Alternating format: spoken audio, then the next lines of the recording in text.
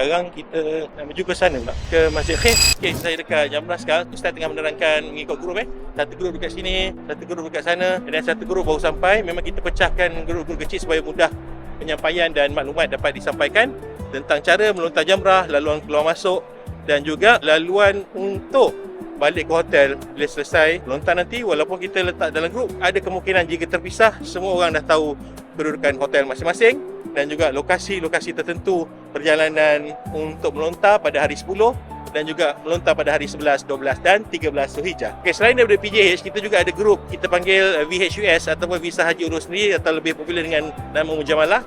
So kita letakkan satu pembimbing dekat sini untuk memberikan bimbingan dan juga penerangan tentang perjalanan manasik haji kita dekat sini, insyaAllah. So, kita dah settle tengok dekat dalam jamrah tadi.